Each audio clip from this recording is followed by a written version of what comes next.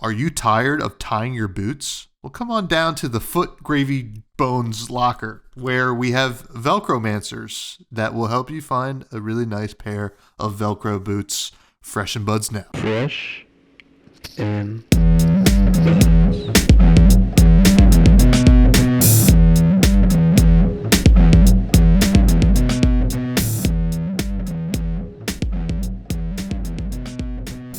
All right, folks, welcome back to yet another episode of Fresh and Buds. I'm your host, Tommy Fresh, and you are all my buds. And today I am very happy to welcome on our 192nd episode, Mr. Lupine Fiasco, aka John. How you doing, John? Welcome to the show. I'm doing great. Thank you so much for having me. Really happy to be here. Congrats on 192. Yeah, it's a big number. Everybody knows 192. It's kind of what Absolutely. every podcaster kind of really just wants to get to. So this is actually the last episode. So everybody enjoy it. Okay. But we do have a great show for you all this week. We're going to get to know John. And then we're going to talk a little bit about London, how it was. It was a pretty exciting weekend. Clearly, one class really dominated, at least in CC, and we'll be talking about that a little bit. And yeah, we're going to have a good time. But you just got back from London. How was it? London was great.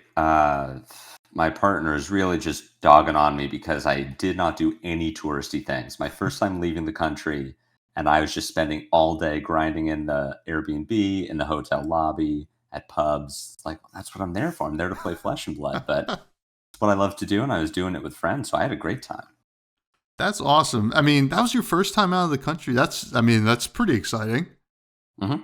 No, it was great. Got my passport in January of 2020. Was really excited to leave the country that year, and then I don't know, got tied up with some other stuff, so didn't quite make it. But yeah, they keep saying Flesh and Blood, play the game, see the world. This is my first time seeing it, and it was a really good experience, really positive.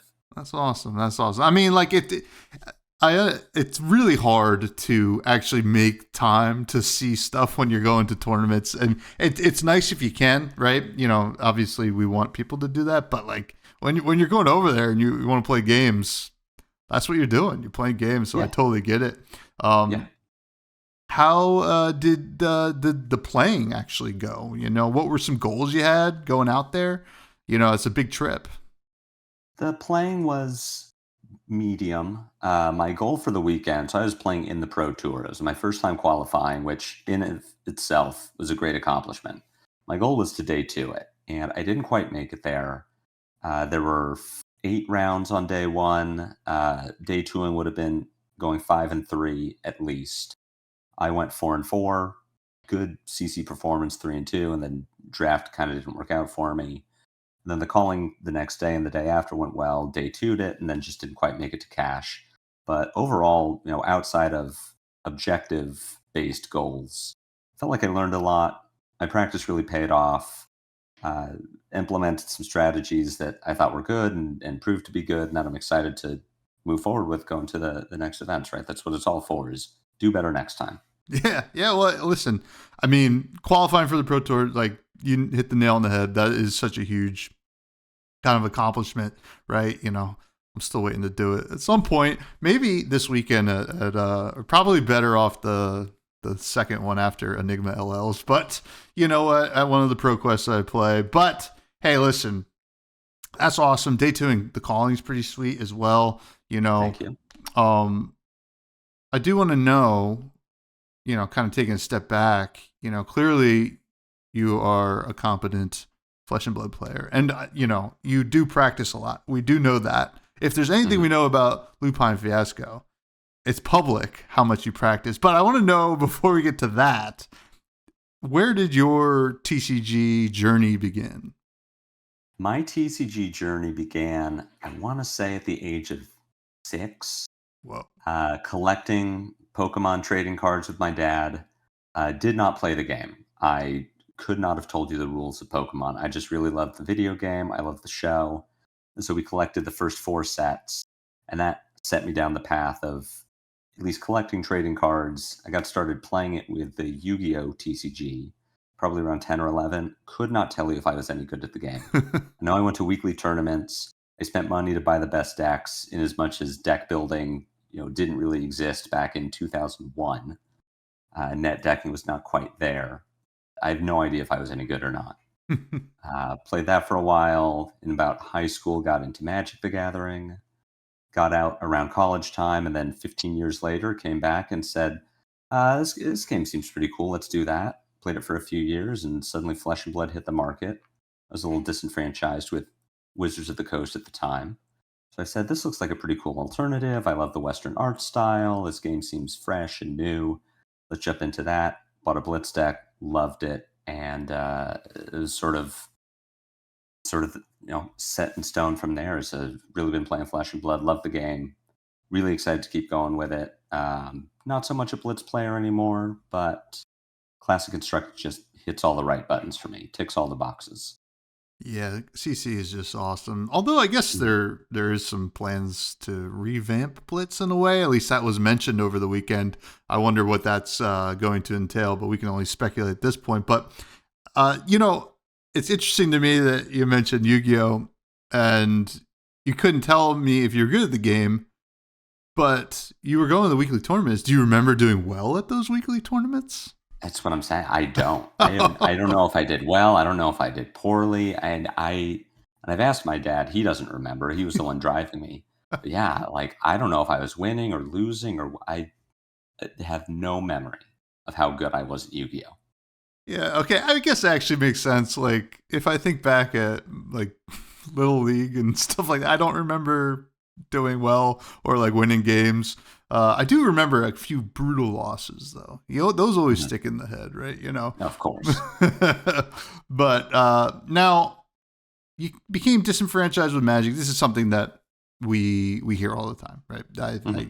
It was a common theme, especially when Flesh and Blood was starting to pop off for a lot of us. Yeah. What set did you come into the game at? So I came into the game the first time with Onslaught, and that was back in high school. Didn't know anything, but really had some good vibes. I loved the general aesthetic of Onslaught. At least at the time, it was a little more of that traditional fantasy vibe. By the time I got back into it the second time after college, and this in my adult life, and this is where I'm more competitively minded, focusing a lot on draft, really looking to improve and sort of walk the same path that I do now with daily fat gameplay. That was with Return to Ravnica. Oh. So whatever the most recent one was, not Allegiance, but that block. Yeah.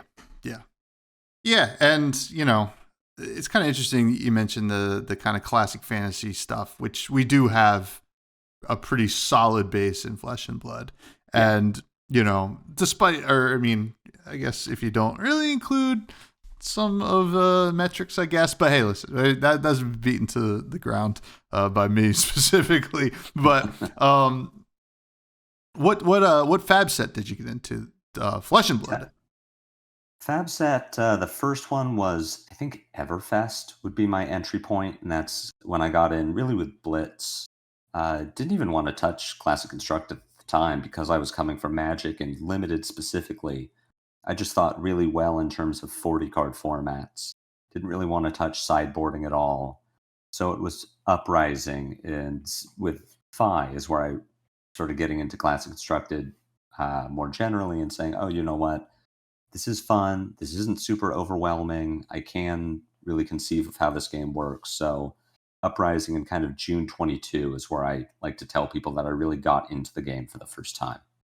It was a good time to do it. Some really powerful stuff with, all three of those heroes from Uprising. Now, how soon after that did you say, let me start making content? Because that's like another big jump all in itself. It wasn't that long after. I think Outsiders came out in like March of 23-ish. And so I was getting ready for Calling Las Vegas. I don't remember if that was tied to a Nationals or anything, but I was going to the Calling. And Lexi was the big dominant boogeyman at the time. Mm-hmm. And I remember thinking Dan Rutkowski, now of the Runaways, had just, I think, came in second at U.S. Nationals. Really good 5 player. He had a really interesting take on the deck, and I really liked it. and he had put out a video with the Runaways that was like 3 Talishar games. And at the end of the video, he said, "I hope you've all really enjoyed this. I was talking through my games. I'm gonna post another one of these." And then he never did. And I remember looking and like, is anyone posting Fi content on YouTube? Because I was doing okay in my games, but I didn't have anything to compare it to. And I couldn't find anyone. There was just no Fi content. And I said, well, I guess I'll start recording my own games and I can, commentate them to myself. But if I'm talking out loud anyway, I might as well record them and post them, and maybe someone will get something out of that. Lo and behold, here we are. But yeah, it was the Outsiders meta. It was specifically, I had a hard time beating Lexi, and I wanted to go back and review my games and see where am I dropping points. Yeah, well, shout out Dan. And Dan, if you're listening, what the heck, man? You should have posted another video. I randomly ran into Dan at Edinburgh Castle in Scotland like 2 weeks ago. Dan's a good friend and really messed up. Dan, can't believe you did that. But listen, we got Lupine Fiasco out of it, so we can't go too hard on him. But that's awesome. That's like a great way to do it. And you started making these videos. When did it switch from just making these 5 videos to doing it daily, or was it daily off the bat? It actually started out as daily and has slowed down since then. as I realized, maybe making 5 videos a week just isn't really a tenable thing that someone can do when they also have a day job and a family. So it has definitely slowed down since then, since the inception of it. And I think as I've gotten more connections with the team and with friends who play, and I'm not so reliant on myself to say, where am I going wrong and why am I losing games? I have other people that I can talk about that with too. Well, it's also nice. I've noticed this. It's an awesome thing about YouTube and the internet. If you post something, somebody's going to tell you what you did wrong. So it's true. They love to do it and continue to do it. Helps the old algorithm. So, but no, that's awesome. Now, what does the future hold for your channel? Because it's really doing quite well. And do you have any future plans, or is it still kind of like you kind of found your rhythm and you're kind of into it? I found the rhythm, found the niche. I am into it. I don't see myself stepping away from the gameplay reviews. If anything, I'd like to add on. So I did some commentating with Ian Holland and the League That Means Nothing for their last season. I thought that was great. Really had a lot of fun doing that. I've been doing some one-offs for my Patreon content of just commentating, calling games. I did one for Aurora versus Jarl that happened at Calling Kobe a few weeks ago. Just really trying to, if I could take that next step from gameplay review into live commentary, I would love to do that. I think it's great. It's a lot of fun. It probably involves learning a little more about the game than I know now. I'm really good at talking about the heroes that I play. But if you gave me a Jarl mirror to commentate, I would have no idea what's going on. So a little more practice is needed. But if anything, I just want to add on to what I'm doing now. Supplement instead of supplant. I love the gameplay reviews, love improving at the game. And if I could just take that further outside of a gameplay role, then I think that would be a lot of fun. Yeah, and that would be sweet. And I think you definitely would be awesome to get behind a mic, doing it live. Now, the question is, you mentioned you want to learn more about the game, and I totally agree with you. The Jarl mirror would be, I think that'd be difficult for anybody. I mean, I remember, watching Oldham mirrors and, the casters at the time just like scrounging for anything to talk about. It was very fun, but, doing like live commentary also has kind of a performative flair to it. Do you have any, kind of background in doing, theater or anything like that, or even just like kind of being into something else like sports where the commentating is pretty intense? Really, no. Which I guess now that you frame it that way is actually surprising. No, I've been in a play or two across middle school and high school, but nothing really even in an aspirational to professional level. It's just I've never had stage fright. I love running my mouth. Love just talking.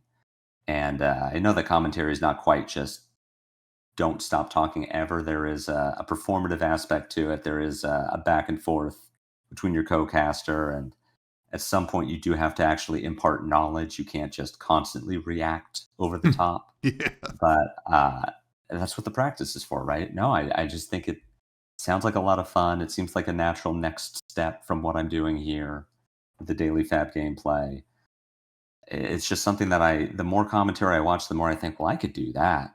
And I think I'd be pretty good at it. Yeah, no, and that's awesome, and a great place to actually, where I got some practice on it too, was also the League That Means Nothing. Shout out to Az. It's a great league. And, this is something that I was talking to my cousin about the other day, since I was just over, and this is going to be a kind of a weird, now bear with me, folks. It's all going to come around, right? And what you just said reminded me of it. And I'm getting a little philosophical in a way. Oh. Just in Scotland, right? Honeymoon, it was awesome. Did a lot of hiking, a lot of mountains in Scotland. You could see everything. It's beautiful. I loved it. It was like the best trip of my life. And I was thinking when I saw, because it has a right to roam in Scotland. So you can kind of pretty much walk anywhere as long as you're respectful and of people's property, yada, yada, yada. But, these mountains are technically owned by somebody. So, but, you could just walk there. Anyway, so you see these mountains, you pull over on the side of the road, and I realized like there's two kinds of people. There's people that pull over on the side of the road, they look at the mountain, they're like, that's beautiful. That's so cool. I love it. This is just so breathtaking. And then there's also the other kind of person that stops by and says, wow, that mountain's beautiful. It's breathtaking. It's amazing. I want to climb it, right?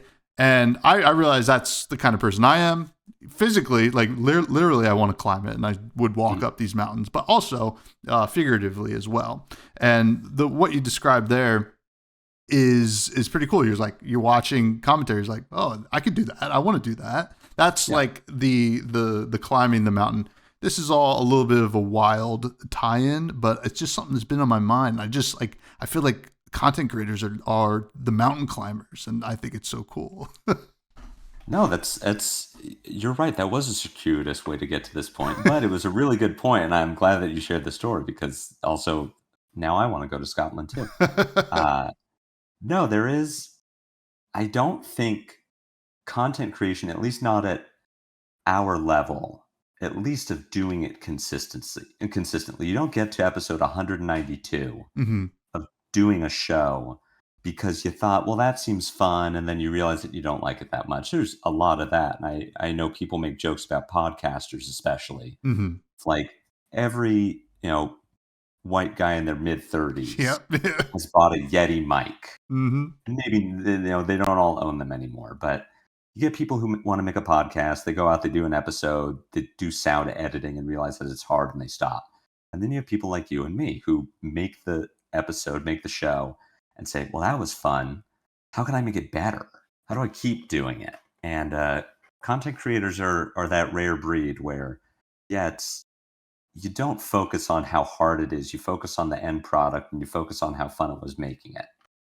Yeah, absolutely. And I've talked about it before too, where, sometimes, work is terrible. Like day jobs are terrible, and you're just like so tired, and you're like, oh my God, I got to do a podcast today. But then you hop on the mics, and like right now, I'm having a blast, right? This is like the most fun ever. And I can't wait to like put it out and for people to listen to it. And that's just like so cool. But John, you know what else is really cool? What's that? I want to know your fresh faves. The fresh faves are the coolest thing that we do on this podcast. And we're going to do a hard pivot right into them right now. Okay. And these are going to be some of your favorite cards in the game. First, Lupine Fiasco. Who is your favorite hero? Favorite hero? It's actually going to be Lexi Livewire. Whoa! Which I know is a real hard pivot. Nothing I've ever played on stream before. I have never played a game of Lexi Livewire. Whoa! But I thought she was the coolest hero and I really regret not playing her when she was legal. She did the aggro thing, she did disruption, she could play mid-range games. I just thought she was the coolest, and I really like playing Aurora because she does the same kind of thing. She can be aggressive, she can be mid-rangey. But I know when I'm playing Aurora, it's a pale imitation of what Lexi was doing at the end of her tenure. So, favorite hero's got to be Lexi Livewire. That's an interesting. That's very interesting. As someone that didn't really play the hero, it's like your favorite. But that's so cool because sometimes with this game, when things hit Living Legend, you kind of look back and you're like, man, maybe I missed out a little bit, right? Like that seemed pretty cool, and I definitely can empathize with that. I don't think I'll be saying that about Enigma or Zen, really, but No. yeah, I can. Absolutely not. No, Lexi a little bit different. What's your favorite weapon? Favorite weapon? Probably going to be Starfall, actually. Now wanted to say Voltaire, but that's I already talked about Lexi. No, it would have to be Starfall. I think Starfall goes back to how I felt about Fi being this cool aggro hero, but I never really liked the Emberblade. I always thought it was a little clunky, and Starfall is just kind of what if Emberblade was made in 2024. It's cheap, it's deals good damage, weaves into a turn cycle. I think it's a lot of what I like doing with aggro. It's a very flexible weapon, plays into everything that Aurora wants to be doing. So favorite weapon has to be Starfall. Yeah, Starfall is really such like an elegant Runeblade weapon, because it felt like for a long time, if you don't really include Chain and Chain's hero ability, that these Runeblades were just always finishing their turns with the weapon swing. I love the idea of weaving it into your chain, your combat chain, and Starfall is just a great example of that. Now, what's your favorite equipment? Favorite equipment is Mask of Momentum because I love drawing cards. Yes, card draw is pretty good. Card draw is really good, at least with Fi, where I was using Mask of Momentum a lot. There was a lot of strategy in how do you sequence your turn to get the Mask of Momentum draw and actually get to use the card at the end of your turn, weave that in as well. The Fi Dromai matchup was really cool for like, how do I kill the dragons in the right order? So it was a little sequencing puzzle, and the reward was drawing a card. So Mask of Momentum, always been my favorite and probably always will be. It's a classic. It's a certified classic for sure. Now, what's your favorite card you throw into your deck? Snatch. Snatch is my favorite all-time card. It's simple, it's elegant, 0 for 4, on hit, draw a card. There's so much you can do with that. Snatch is an all-timer for me. If I can fit it into a deck, and the decks that I play work really well with Snatch, it's going in. If I'm ever cutting Snatch, then something has gone terribly wrong. Yeah. Now, did you ever mess around with Briar during Briar's kind of reign?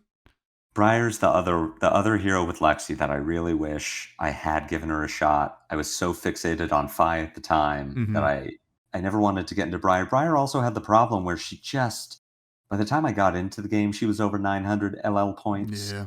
So I just felt like, well, I'm not going to buy into this hero. I don't have a Grasp. I don't have Swarming Gloom Veil. It's going to cost me hundreds of dollars to buy into this deck. And it's going to LL the end of the ProQuest season anyway, so I won't do it. 12 months later, Briar's still a legal hero. Never messed around with her. I wish I had, but no, I do have my experiences of getting hit with Snatch for 10 with Go again. Pretty good. That was a wild time. It's hard to imagine sometimes now the world before the book ban. Yeah. It was a different time, that's for sure. Yes. Now, this is a question we like to ask everybody. If you were in the world of Wraith, what class and talent would you be? I'd probably end up being a Light Guardian. Okay. They seem like the most kind of traditional Paladin class talent combination. Mm-hmm. I played Dungeons & Dragons, really gravitated towards the Paladin hero. Just the general sense of do-goodery. But aside from that, you're just a guy. Never really had the power fantasy of, if I could be anything, I'd be a ninja, or I'd be a a mechanologist. I'd be something with a gun. It's like, no, I'd just be the dude with the sword, dude with a hammer, running around, smiting people with the force of the light. So I think for me, it'd be a light guardian, not even a light warrior, it'd be a light guardian. I think we're due for a light guardian. I feel like I'd that's love to see what they do with a light guardian. yeah. That seems. I mean, I guess it would get access to Soul Shield, which should be, a pretty good D-React for them. But, A guardian with access to Celestial Cataclysm? I gotta think that would be pretty good. even Popper, that. 7 power, go again. 0 cost even? Come on. Oh man. Oh, that's real good. That's real good. Now, in your estimation, Lupine Fiasco, Yes. what is the greatest set of all time? The greatest set of all time has to be Heavy Hitters. I loved KO. I thought that the meta was perfect. There were like 10 viable decks, and even the other 20 heroes were still fine. You could play them. That was like the good old days where it was the numbers format. KO was the best deck, and he was doing like a 4-card 18. You're like, what are you talking about? 18 damage for 4 cards? It's insane. And then the dark days of Mistvale came, and Zen was showing us, well, what if you did a 7-card 50 on turn 2?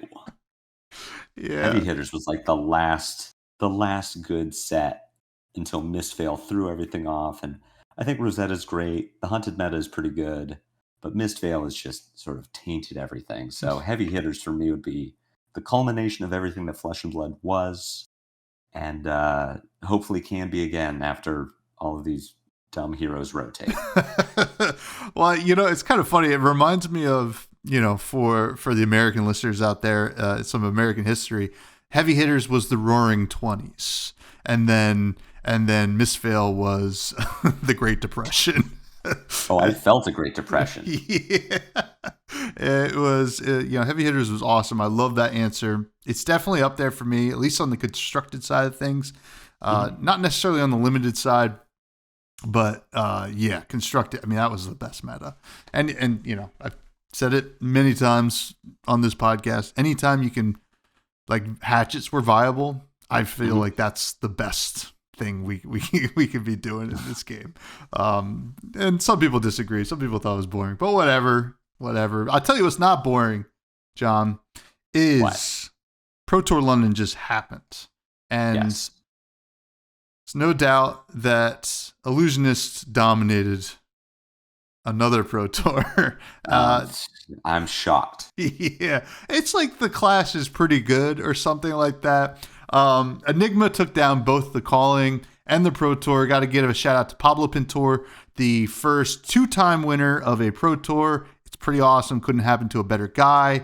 And shout out to Emily. I don't know how to pronounce her last name. Frozy, who won the Calling on Enigma and gave that hero a whopping, I think, 150 LL points, and now is only a win or 2 on PQ season away from LLing. What'd you make of it? What is this? What you expected? Because we also saw Prism sneak in there. It is really not what I expected. Prism took me by surprise for sure. Everyone expected that Enigma was going to be one of the most represented heroes. No one's surprised that she was second most represented. No one's surprised that Aurora was more represented. I did think the Auroras were going to do better. I know Andrea Mengucci came in second at the Calling London with Aurora, and we had, it was either 2 or 3 Auroras in the Pro Tour top 8, so the Aurora players definitely weren't slouching for sure. But in my testing, at least, I always thought that Enigma was kind of favored for Aurora. That it was really like, you're going to win the game unless they do 2 Mirror Guys or 2 Phantasmaclasms or Mirror Guy CNC. I just thought, like, Aurora's just going to aggro it out, and Enigma's going to stumble, and Aurora will be fine. So I'm a little surprised to see Illusionists do so well. But am I surprised by it? No. The class has a 2-card 9 that can just ruin your hand. The class has a 1 for 7, a 1 for 8 that just hangs out on the board. Illusionist is such a stupid class. Yeah, I'm not a huge fan either. It's like, but you can block it with a popper, so it's fine, right? Yeah. Yeah, no, don't worry about it. All right, cool. Well, at this point, if Enigma LLs, which she will, right? This Yes. will be the third illusionist to LL. Also, I definitely got to give a shout out to Kevin Smurf Murphy, who did top 8 on Prism. Was on the show a couple Yep. weeks ago. I meant to throw that in there, but looking at the meta on Pro Tour, it was 162 Auroras, basically what everybody expected. 95 Enigmas, not surprising there, as you mentioned. 41 Florian. I wasn't actually. I would have thought New would have been the next highest, although New was right there with 37. Then you got Zen, Vincent, Azalea, Arachne, Prism. I mean, Prism had the best kind of conversion, it seemed like. 14 Yep. Prisms in day one, and then, 2 or 3, I think it was 2 of them that made top 8. So, all pretty interesting. Nothing too crazy except for those Prisms. I felt like. Now, the question is, is this Prism kind of like not dominance, but like Prism really doing well? Obviously, Kevin did win a battle hard with Prism in the beginning of this meta, and then we just saw 2 Prisms in the top 8 of the Pro Tour, which is definitely nothing to scoff at. With Enigma going away, is Prism going to be a real contender still, or was it just kind of a byproduct of what we have right now? I think it's a mix. I think Enigma is doing a good enough job gatekeeping the Guardians that they can't just come out in force. 'Cause that's what really shuts down Prison is heroes with a lot of poppers. Yeah. And I know even Enigma leaving is not going to just free up the Guardians. We still have New, who's gatekeeping Victor, but Jarl at least becomes a lot more viable. And Jarl can run enough poppers in the deck to deal with Prism. When Zen leaves, for whatever reason, he's been, at least in my experience, KO's biggest detractor. The biggest reason that KO can't be played right now is that the Zen matchup is so bad. I would have thought it was the Aurora matchup was that bad, but really no. Aurora seems fine for KO. He's maybe a little disadvantaged, but it isn't like so terrible as Zen seems to be. So when Enigma and Zen leave and we get Jarl can come back, maybe KO is more of a presence. Even Aurora can tech for Prism, cards like Face Purgatory, Balance of Justice, even just more defense reactions to block out the Heralds are enough to get the edge on Prism. I don't think this is a flash in the pan. I don't want to say like, oh, this is a Syndra type deal where she was really good for 2 weeks and then never again. I think Prism might be in that Kano territory of she shows up, she does really well in a big event, everyone becomes aware of Prism again, so they put in their poppers, or maybe people start bringing their Guardians. The Prisms all disappear again. We go another 3 months, a Prism shows up, tops a big event, and we just repeat until the hero LLs. Yeah, and I mean, she is more than halfway there at 532 points, which, she had a pretty good hunted season with 148 points. So definitely can make the jump, probably going to hang around for a little bit. It will be really interesting to see what happens. And that's kind of an interesting point you brought up about Zen kind of gatekeeping KO, because KO's, I mean, it's still a really powerful deck. There's no doubt about it, right? And it's what other kind of barriers would KO have other than Zen, do you think? I think KO's got, like I said, really bad Zen matchup. I think that Jarl might not be great for KO. It depends on what KO is trying to do. If Jarl has the Blizzard on a Blood Rush turn, I think that could be potentially bad. KO's kind of okay with the Wizard matchup. Depends on what a hero like Verdance or Kano is trying to do, where they are, and they're trying to kill KO, and how many blues does he have to stop it. It's just been so long since KO's been a good deck that I'm trying to remember what even stopped him back in the day. Like, he always had a fine new matchup, so I think he's going to have a fine assassin matchup if he runs into Marionette or slip through the cracks. I think the biggest thing in KO's way is just his own deck, Hmm. which is really why so many players have fallen off of him when we get better aggressive options like Zen or Aurora. Because you can look at an Aurora hand and say, well, this is 14 damage. I get an arsenal. I know exactly what the turn is going to look like. And you look at a KO hand and you just say, well, this is going to get me 16 damage in an arsenal. You pitch your blue, you attack with your red, you draw a red, you discard your blue, and you've got 2 reds in your hand, and you say, huh, well, now this is 9 damage in an arsenal or 14 damage and no arsenal. So sucks to suck, I guess. Yeah. But it's just the variance thing with KO, and I think there's just enough else going on that you don't have to put up with it. That's really it's just why would you play KO when you can play something else? There's really never any reason to play the second best aggro deck. Yeah. Yeah. Now, you mentioned another aggro deck, and as a 5 player, Mhm. or I guess maybe a little bit of a retired 5 player. Ugh. Yeah. Syndra came out. You mentioned came out of the gates pretty hot, right? Mhm. Pun intended there. Yeah. Has now faded into obscurity, if you could say that. Not really seeing. There was 8 at Pro Tour London, and a lot more at the Calling 36. That makes more sense for the Calling kind of meta, but people are kind of writing her off. She could still do really powerful stuff, but what's holding her back, you think? What's holding her back is just people learning how to block. Yeah. Yuki Lee Bender, Brody Spurlock both made a really great meta call, bringing her to Calling Memphis. It's this hero that no one had seen before. The interaction between Mask of Momentum and Flick Knives had been around since Outsiders, but there was never any way to pull it off because you could never buy back enough daggers to make it worth it. Hmm. So they come in with this week 1 deck. No one's seen it before. No one knows how to block against it. And it works really well. And then it works really well a week after. But then people figure it out, right? It's the sort of deck that when you know the trick doesn't work. Hmm. All the attacks deal 3 damage. Even if they deal 4, you've got armor, you've got defense reactions.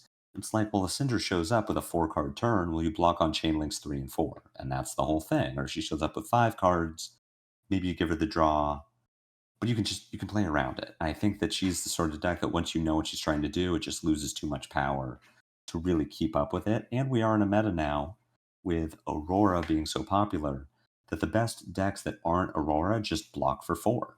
You've got Hmm. Enigmas out here running 3 copies of Fate Foreseen, Sink Below, Shelter from the Storm. They're playing that all you got. They're playing Quick Dodge Flexors. There's just so much armor. Florian's playing a bunch of defense reactions. Assassins are playing a bunch of defense reactions. Syndra just doesn't have the juice to get over all of that consistently every turn. And then if she isn't consistently doing the thing, why would you do her when you could just deal consistent damage with Aurora?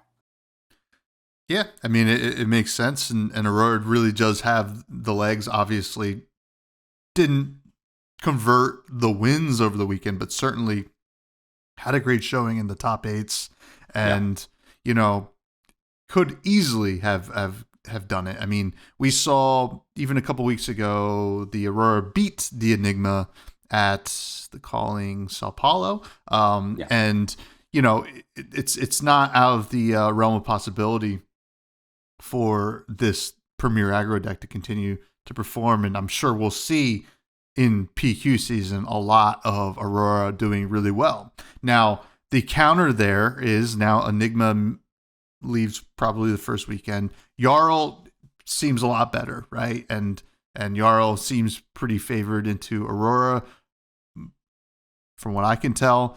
And I mean, probably maybe more fatigue Jarl, and I'm not sure really what the builds are right now, but that's kind of interesting. We haven't had like a Guardian be good in a while. I mean, Victor was back in our our wonderful heavy hitters meta. We saw Victor play well. Yeah. Is Guardian coming back big, like in a week or so? I think he could. I think Jarl's going to be a real deck. I don't know if he'll be top tier, but he'll be floating around, second tier, third tier levels. His Enigma matchup was bad, and she's going away. I don't know enough about him to know what his other bad matchups are. I think Wizard is still pretty bad for Jarl. Mm. Just Wizard against Guardian generally is going to be Wizard favored. The Aurora matchup isn't just doomed. Like, she can win, and especially if he's trying to fatigue, she can pitch stack the big Arc Lightning Flicker Wisp combo. Mm-hmm. She can run the combo equipment with Crown of Dominion and Aether Iron Weave, and we saw that in calling Kobe a few weeks ago with this Jarl who just blocked out, gave the Aurora infinite space, and she set up this 30 damage combo turn, which is 2 pings of Arcane every time she went again.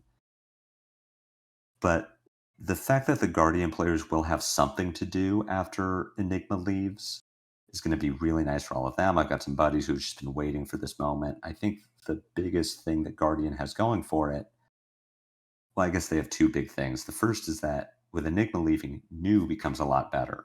Yeah. So if New becomes a lot better and she starts winning points, she LLs, suddenly all of the Guardians are back. Victor's back. They can all start playing the blue big attacks again. But we also have this Mastery set coming out in August. So already we've got some cards spoiled for ProQuest season that get awarded for top 8 that are looking really good. I've got some friends who are already speculating about what Volva is going to be doing. So I think it's this twofold thing of like Guardian's worst counters are leaving the meta. And then we also have Guardian support coming finally after years of waiting in August. I think Guardian's going to be a real threat. The question is, do we get Betsy's signature weapon yet? Or I'm still not convinced that the signature weapon is even real. Yeah. I think this is like Half-Life 3 when people have just talked themselves into it. There's this frenzy, and LSS can never print it because they could never deliver. The hopes are too high. Yeah. I mean, it would be, it would always be lackluster to somebody for sure. Now, one other thing coming out before the Mastery set is High Seas. Mm-hmm. We learned more about it over the weekend. You know, the symbol is tap. As boring as it is, and I'm a little bit disappointed. We're all disenfranchised with Magic, but you got to hand it to them. Tap is just really efficient. It's really, there's nothing more simplistic and effective at doing what it does than tap, untap. Yeah. It really is. So it made sense from what we saw anyway. We saw some cards that look really cool. You know, we won't get into them. But I do want to mention that we are getting offhand allies, which is pretty cool. And I think we do have a question about that in the listener questions. But, you know, what are your thoughts on High Seas coming down the pipes here in 2 months? It's pretty exciting. I am tentatively excited. I am also just afraid that this is Mistveil 2. Oh. And it really lines up, right? It's a 3-hero set that introduces a new, Mistveil, it was talent, but effectively Pirate is a talent until we see something that's just, Pirate class without any other second class. So 3-hero set, new talent, new mechanic that no other hero has. So far, at least with Gravy Bones, it rewards playing blues, which is going to increase consistency. I have already bought my playset of each codex because I don't want to have to pay twice as much when it turns out that Marlin is just Zen. And we're back to a one-set format where one of the heroes is just way better than everything else. I hope I'm wrong. I hope that Pirate is just balanced and it's 3 new heroes, and maybe the Enigmas go over to Gravy Bones because he has allies, and the old Lexi players have Marlin because she's a go-again ranger, and Mechanologist finally has something to do. But as soon as I saw the tap mechanic and the number of heroes, I thought, oh, it's just Mistveil 2. It's the most excited James White has been for a set since Mistveil 1. I wonder what this one's going to be like.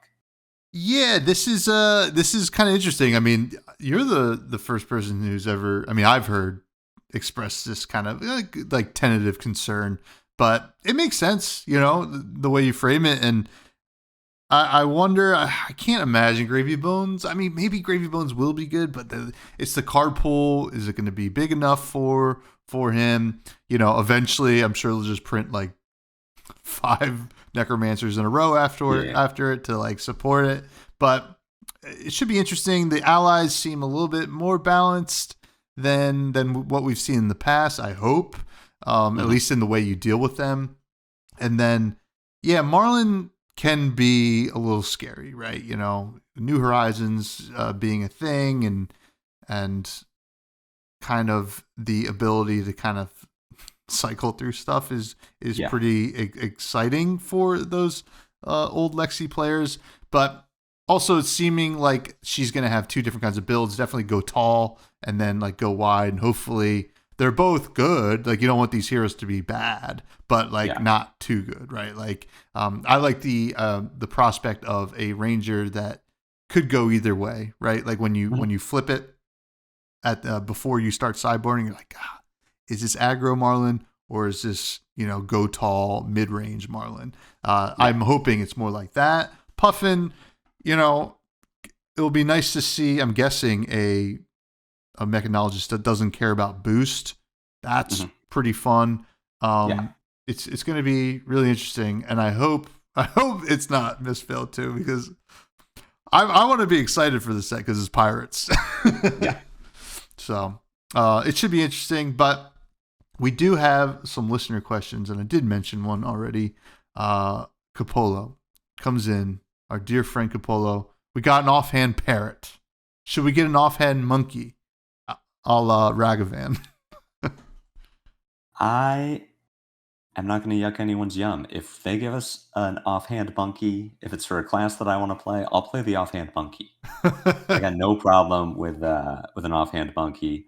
I was not playing Modern when Ragavan came out. I have heard the horror stories of Ragavan, but I do think it's a really cool design. Just thematically, it's this quick little monkey who's going to dart in, do a thing, dart out. So if we end up getting a Ragavan, also it's just a monkey with a bandana. Like, that's cool. I want a monkey with a bandana. That does sound fun. I would love that. I like that that's where we're expanding it to. So Quiver was a really cool design for Rangers. If pirates get pets, and then maybe we can expand that out. You know, maybe a future Aurora companion, she gets a meep. And she's just running around and her meep is doing stuff on her turn. Or, you know, Enigma would have had, I don't know, some sort of little moon creature floating around with her. I think it's just really cool, really thematic. And if it's done well, then I don't see why not. Lets people really get deeper into the lore of their heroes. And I think that's what separates Flesh and Blood from so many other games, is that you can really fixate on your hero. Yeah, no, absolutely. Companions are cool. Yeah, I think it's really sweet, and I should read it for anybody who didn't happen to see Polycranka, which is the offhand parrot that was referenced. It's a Puffin companion, so only Puffin can play this card. It's all offhand ally, has 1 health, and then it has crank and has perched. Perched is basically like quiver, right? This can be equipped in addition to a 2-handed weapon. This can't be attacked while it's equipped, so it's protected while it's on your other hand. That's nice. And then it has an action to tap it, banish it, then return this to the arena under its owner control, unequipped, tapped, and with the steam counter, so you can crank it right away. And obviously Puffin was going to care about cranking. But yeah, a monkey would be cool, Capolo. That would be really sweet. I would be kind of like interested in like a crab. I think we saw some crabs and some art from I think it was The Hunted. Let's get some crabs. I think that'd be cool. You know, any kind of creature. Let's be honest. It's gonna be fun. Not like a creature like Magic, but like a creature feature. Yeah. I think if Gravy Bones had a crab, now that you've said that out loud, like, of course, he's got to have a crab. Why wouldn't he have a crab? Yeah, scuttle around the bottom of the ocean. It makes sense to me.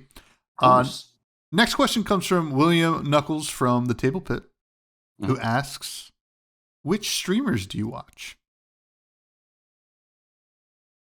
I got to be honest, and this is not the answer that you're going to want to hear, but I do not regularly engage with Flesh and Blood content outside of making it. I've made this joke before. I won't name names, but I have made this joke with one of my locals who is also a content creator, that we constantly reference the fact that neither of us watch Flesh and Blood content. It's listen, I get it. I'll pop it on if I got time. It's hard when you're making the content, to find the time to do that. So I get it. I'm very similar in that way. But yes, I watched the Pit Against William on the Table Pit YouTube channel every Thursday, I think. Yeah, it's Thursday. I'm pretty sure. Next question comes from Darth Prentice, who asks, what's your favorite fab card? Bonus points if it blocks 2. You already answered Snatch, but if you want to pick a second one, that would be cool. I want to pick a second card. The first one that comes off the top of my head is Arcanic Shockwave. Just thinking about Aurora, who I've been playing a lot lately, and I referenced this in a deck tech that I posted recently, where I talked about cutting Arcanic Shockwave, but I still like the card. And it's just the sort of like that Snatch. Does everything I want it to do. Costs 0, attacks for 4, blocks 3, has Lightning Fusion to deal that point of Arcane that just Aurora really cares about for Chain of Lightning Valley or Second Strike. Pairs well with Arc Lightning or Embodiment of Lightning. Just this really cool, I don't want to say modular design, but I guess it is modular because it has 2 modes, and one of the modes is it does the thing, and the other mode is it doesn't do the thing. Yeah. But it's just this really, really nice design that kind of plays into everything Aurora wants to be doing. And I also like that it was a card that just didn't really see play for a while. Kind of those old Tales of Aria cards that got revitalized with Rosetta. Mm-hmm. It just shows that LSS is still thinking about these old designs and saying, well, how do we make a hero that cares about this old thing? And in Aurora's case, it was arcane damage, lightning cards, 0 for 4.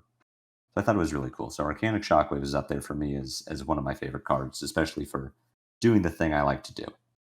Makes sense. Darth Prentice also asks, who's your favorite character from the Stormlight Archive? And is that your favorite series by Sanderson?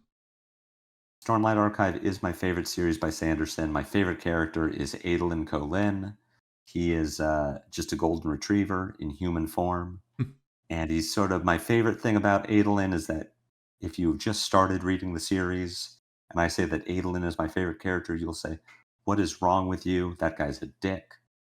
And it brings me back to my days of reading Game of Thrones and watching the show with friends and telling people, no, this Jaime Lannister guy, all right? Ignore what happened in episode 1, because aside from that, you're going to really like this guy. You're going to really enjoy what he's about. Now, I love reading. I've never read a single Brandon Sanderson. Can you give me an elevator pitch that's going to make me want to read the Stormlight Archive series? Yes. It is low fantasy with a strictly defined magic system. It teaches a lot of life lessons. It has something for everyone. He does a very good job of depicting mental illness, but he also does a very good job of depicting people without mental illness functioning in a world where people do have mental illnesses. So it's just a lot of good heartfelt moments between characters, good personal growth for you and the characters that you love.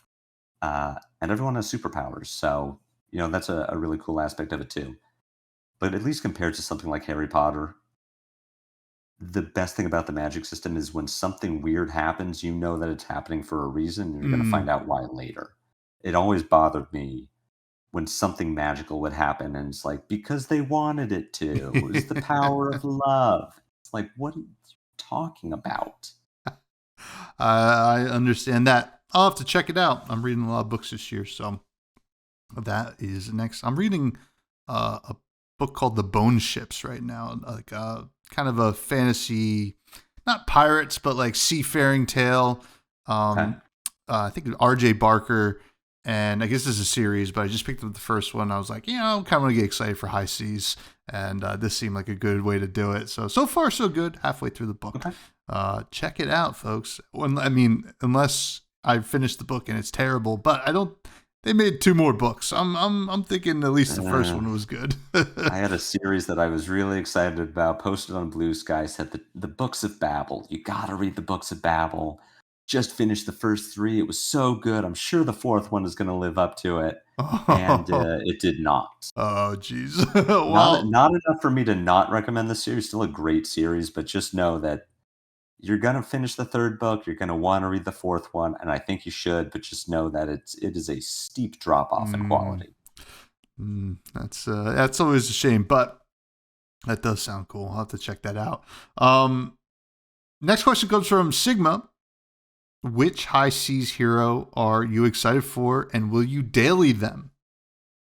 I will daily. I'm excited for Marlin, just because going back to what we talked about with Lexi, never played the hero. Really regret never playing the hero in her prime. I think Marlin is looking like the go wide ranger, so I want to try that out. But I'll try all of them. Whatever seems fun. Never been a mechanologist guy, but I think Puffin's got a cool aesthetic. I'm interested in what she has going on. Gravy Bones is probably the one I'm least excited about, just as far as play style. I've never really meshed with any of the illusionist heroes that leave something on the board, create that board presence. But I'm down to summon some allies, try that out, see plunge the watery grave and pull some cards out of my discard to play. I'll give them all a shot. Yeah. They all seem pretty cool, to be honest. So yeah, it should be interesting. Now, Boosting Spendog comes in and asks, Lupine, started to listen to Lupine Fiasco because of you. I presume he influenced your name. Do you know who Boosting Spendog is? And will you be doing content again on Max or maybe Puffin? Kind of answered the Puffin part. I do not know who Boosting Spendog is, aside from Boosting Spendog, the flesh and blood personality who posts on Blue Sky, and who I run into on Talishar sometimes. And I believe he plays Fang. Maybe. Want to say so? So I do recognize Boosting Spendog, but no, as far as the inspiration behind the name, can't say that I recognize it. Oh, but Lupe Fiasco, is that is that why you call yourself? Yes, half of the reason. So what was this? 2010. I was in college playing World of Warcraft. This was back in Wrath of the Lich King. They had just released the new class, the Worgen, which, if you're not familiar, they're basically werewolves. Mm-hmm. And I love puns, so I wanted to make a pun for my character. And I said, well, Lupe Fiasco is one of the biggest artists right now. He had that song that everyone loves. You know, that one song. Yeah. From 2010 that was really popular. And, well, wolves, Lupine, we can make this happen. So Lupine Fiasco is where that came from. And as anyone who plays video games has known, you really just latch onto your screen name from when you were 12 and take it with you. So for me, it was when I was 19. Just took Lupine Fiasco with me. I love it. And finally, Nathaniel from Bulbu Games asks, what hero and class, what class and talent do you want to see next? Bonus points if the class doesn't exist in Flesh and Blood yet. As far as classes that don't exist yet, that I haven't really thought about. It probably would have been Necromancer, honestly, just based on what I had heard about the lore behind the game. I thought Necromancer was cool, and I had heard a really cool theory that we were going to see the return of Ira, but she was going to be risen from the grave. Is not a lore guy by any means, so I'm probably wrong about this. But my understanding was that Ira is 200 years before where we are chronologically. So Ira's been dead for some time. And I had this really cool theory that the woman on the art for Rise from the Ashes, right from Uprising, was Ira, just risen from the grave, and that the Emperor was a necromancer who rose her to do his bidding. And obviously, I mean, if the Emperor is a necromancer, could presumably rise himself from the grave. So I don't even think that we're too far gone from that theory being possible. But class and talent that I want to see is entirely toxic. They'll never do this, but I heard a rumor once that James White said the words ice ninja. And I said, so you're telling me that I can pitch a blue, I can play Icequake, and then I can attack you with 2 Kodachis, and you get to decide how you want to lose your turn, either blocking the Kodachis or taking the Frostbite? I'm on board. That's something I want to do to somebody. I want to be the problem. Oh man, I mean, I feel like some combinations with ninja are just too scary. Ice Ninja is definitely one. I mean, Lightning Ninja probably pretty crazy as well. Although, Mhm. Earth Ninja would be kind of wild too to kind of go Earth wide Ninja would with. be give us something. Give us Earth Ninja, but it's built like how Old Briar was Yeah. before the errata, where every time you hit, you make an embodiment of Earth. Yeah, well, it's kind of funny. The embodiment of Earths don't even really do much in Ninja because they're not really playing a lot of non-attacks, but you would make them work. I'm sure. Yeah, I'm sure. Then it's balanced. Just print it. What's the worst that Yeah. could happen? Um, I want Druid pretty badly. I think Ooh, Druid's a good one. Druid's something I play in RPGs and like and D&D. So, Druids is my jam. So Mhm. comes back to the climbing the mountain thing, the nature kind of thing, I think. Yeah. But you know what else that brings us to? The end of the show. You've been an awesome guest, John. I've had a lot of fun talking to you. I hope to meet you in person at a tournament sometime soon. Can you please plug everything you'd like to plug? And thank you again. Yeah, absolutely. First of all, thank you for having me. You reached out last week. I thought, yeah, this would be great. I'd love to start showing up on shows, popping up on people's feeds. It's been fantastic to be here. I had a great conversation with you. It was really, really fun. As far as where to find me, I am on YouTube. You can either look for Lupine Fiasco or Daily Fab Gameplay. Putting out content 3 or 4 days a week, not daily, bi weekly Fab Gameplay. I'm also on Blue Sky, Lupine Fiasco at bsky.social. I have a Discord, Daily Fab Gameplay Discord. And you can also find Daily Fab Gameplay over on Patreon, bonus content every week, deck lists with complete matchup guides, but mostly just YouTube. YouTube is where I live, and would love to see you all there. Awesome. Please do check it out, folks. We really appreciate it. And then for me, you can continue to find all of this on YouTube. I'll give it the old like, comment, subscribe. All the audio platforms. If you're listening on Spotify, it does help to give it the old rating, 5 stars, if you'd like. Check out. I'm on Blue Sky as well at freshbudspod. Bsky.social, and check out the Buds Discord, free for everybody to join. That's where we got these awesome questions from for the listener questions. Check it out. It's in the show notes below. And then also Fresh Juice, an indie game podcast I do with my cousin Maddie, and we do that weekly as well. Talk about indie video games. Now, at the end of every show, Mr. Fiasco, I always like to talk about food. It's the great universal language that we all enjoy, I hope.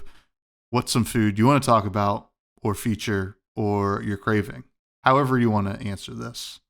Oh, that's an interesting question. I mean, food I'm craving has got to be fettuccine alfredo, which is an extremely boring answer. Uh, wow, you're telling me that your favorite food is Italian and it's the easiest pasta to find at any restaurant? Here's my philosophy about fettuccine alfredo.